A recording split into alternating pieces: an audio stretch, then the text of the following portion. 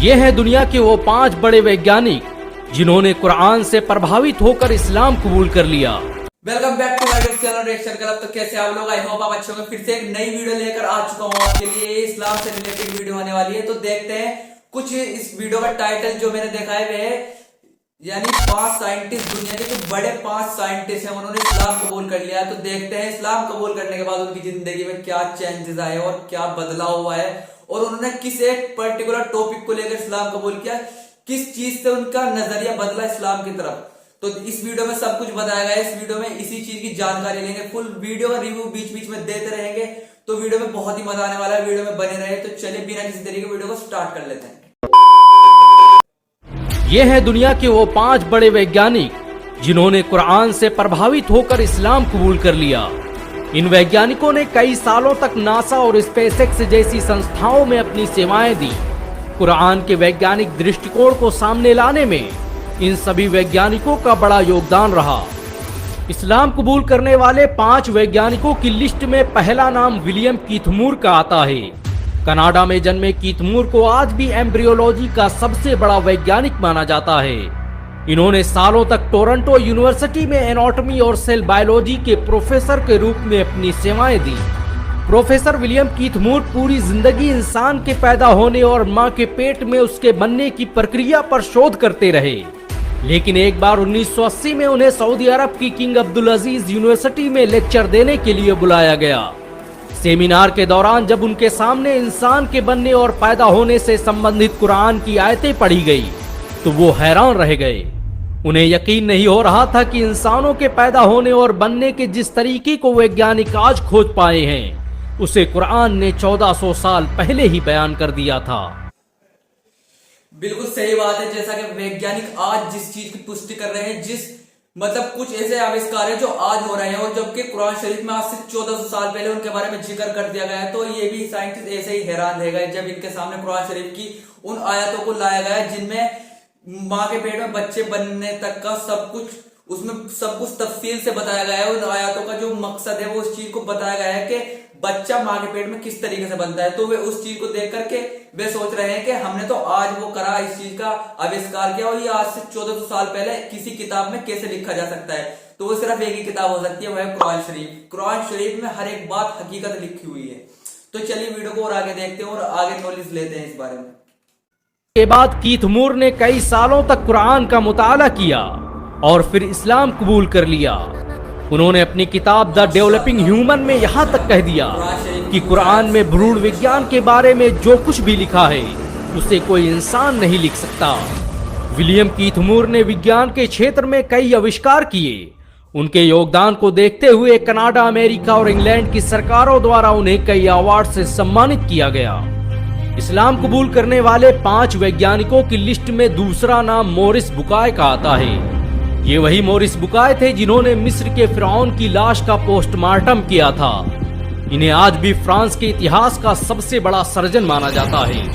इनकी लिखी किताबें आज अमेरिका और यूरोप की बड़ी बड़ी यूनिवर्सिटियों में पढ़ाई जाती हैं। 1980 के दशक में जब फ्रांस ने फिरौन की लाश रिसर्च के लिए मंगाई तो उसकी जिम्मेदारी मॉरिस बुकाय को ही सौंपी गई थी। मॉरिस बुकाय ने रिसर्च के दौरान फिरौन की लाश पर लगे नमक से साबित किया कि इसकी मौत समंदर में डूबने से हुई है। लेकिन वो ये देखकर हैरान रह गए कि जो बात उन्होंने अब रिसर्च से साबित की है उसे कुरान ने बरसों पहले बता दिया था। मॉरिस बुकाय यकीन नहीं कर पा रहे थे कि फिरौन के डूबकर मरने और लाश के बच जाने का जिक्र कुरान में पहले ही मौजूद था। इसी दौरान मॉरिस बुकाय का सऊदी अरब जाना हुआ, जहां एक कॉन्फ्रेंस की शुरुआत में कुरान की एक आयत पढ़ी गई कि अब तो हम तेरी लाश को ही बचाएंगे ताकि तू बाद की नस्लों के लिए निशान इबरत बने। अगरचे बहुत से इंसान ऐसे हैं जो हमारी निशानियों से गफलत बरतते हैं। इतना सुनना था कि मॉरिस बुकाय मारे जोश के चीख पड़े और भरी महफिल में खड़े होकर सबके सामने ऐलान कर दिया कि मैं आज ही इस्लाम कबूल करता हूँ और अल्लाह की किताब कुरान पर ईमान लाता हूँ। फ्रांस वापस जाने के बाद मॉरिस बुकाय ने लगातार 10 सालों तक कुरान और विज्ञान पर शोध किया और साबित किया कि कुरान की एक भी आयत साइंस के सिद्धांतों से नहीं टकराती, बल्कि साइंस आज जो कुछ भी बयान कर रहा है कुरान ने उसे हजारों साल पहले ही बयान कर दिया था। इस्लाम कबूल करने वाले 5 वैज्ञानिकों की लिस्ट में तीसरा नाम ई मार्शल जॉनसन का आता है। 1930 में अमेरिका के फिलाडेल्फिया में जन्मे जॉनसन ने अपनी पूरी जिंदगी भ्रूण विज्ञान को समझने और इंसान के पैदा होने के सिद्धांत को जानने में लगा दी। जॉनसन उन वैज्ञानिकों में से थे जिन्होंने विलियम कीथ मूर के साथ सऊदी अरब के किंग अब्दुल अजीज यूनिवर्सिटी में कुरान पर रिसर्च का काम शुरू किया और फिर इस्लाम कबूल कर लिया। उन्हें सऊदी अरब ने 1982 में कुरान और विज्ञान पर शोध करने वाली कमेटी का सदस्य भी बनाया और इन्होंने अपनी रिसर्च से साबित किया कि कुरान ने एक खून के लोथड़े से बच्चे के बनने और फिर उसके हड्डी में तब्दील होने और फिर हड्डियों पर गोश्त चढ़ने की जिस प्रक्रिया को बयान किया है, उसे जानने में विज्ञान को सैकड़ों साल लग गए। जॉनसन के मुताबिक भ्रूण विज्ञान से संबंधित कुरान में जो कुछ भी बयान किया गया है, उसे यकीनन पैगंबर मोहम्मद सल्लल्लाहु अलैहि वसल्लम तक अल्लाह के जरिए भेजा गया था। इस्लाम कबूल करने वाले 5 वैज्ञानिकों की लिस्ट में चौथा नाम टी विद्या प्रसाद का आता है। इनका जन्म 1940 को गुयाना के पोर्ट मोरेंट में हुआ था। इन्होंने कई सालों तक यूनिवर्सिटी ऑफ लंदन और यूनिवर्सिटी ऑफ वेस्ट इंडीज में एनाटॉमी साइंटिस्ट के रूप में सेवाएं दी। टी विद्या प्रसाद का जन्म एक हिंदू परिवार में हुआ था, लेकिन उन्होंने कुरान से प्रभावित होकर इस्लाम कबूल कर लिया। टी विद्या प्रसाद विलियम कीथ मूर के साथियों में से थे। उन्होंने विलियम कीथ मूर की तरह ही भ्रूण विज्ञान पर बहुत से शोध किए और कुरान और एम्ब्रियोलॉजी पर 25 से अधिक किताबें लिखी। उन्होंने काहिरा में होने वाली international conference of scientific sign of the Quran and Sunnah में भी हिस्सा लिया और बताया कि कुरान में बच्चे के अंदर रूह पड़ने और जान आने के बारे में जो कुछ भी बताया गया है वो बिल्कुल सही है। उन्होंने कुरान की सूरा मोमिनून की आयत नंबर 14 को पढ़ते हुए कहा कि ये वो सच है जिसे विज्ञान भी नहीं झुठला सकता, इसीलिए मैं आज ही इस्लाम कबूल करने का ऐलान करता हूँ। इस्लाम कबूल करने वाले 5 वैज्ञानिकों की लिस्ट में 5वां नाम आर्थर एलिसन का आता है।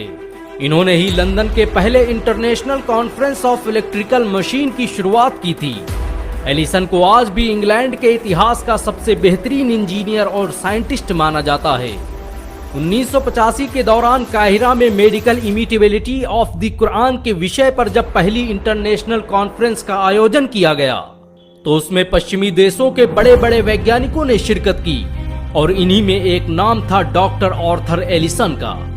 आर्थर एलिसन ने कुरान की सूरा जुमर आयत नंबर 42 पर अपना रिसर्च पेपर पेश किया और बताया कि नींद के दौरान कॉन्शियसनेस की जिस थ्योरी पर विज्ञान आज पहुंचा है, कुरान ने उसे बरसों पहले एक लाइन में ही बयान कर दिया था। कॉन्फ्रेंस के खत्म होने से पहले आर्थर एलिसन स्टेज पर गए, माइक हाथ में लिया और अपने मुसलमान होने का ऐलान कर दिया। अशहदु अन ला इलाहा इल्ला अल्लाह व अशहदु अन मुहम्मदन रसूल अल्लाह। इस्लाम कबूल करने के बाद उन्होंने अपना नाम अब्दुल्ला एलिसन रखा और पूरी उम्र कुरान और साइंस पर रिसर्च करते रहे। इन सब के अलावा दुनिया में आज बहुत से वैज्ञानिक हैं जिन्होंने कुरान की शिक्षाओं से प्रभावित होकर इस्लाम कबूल कर लिया। ये मौजूदा ही है कि विज्ञान आज अपनी रिसर्च से जो साबित कर रहा है, कुरान ने उसे 1400 साल पहले ही बयान कर दिया था।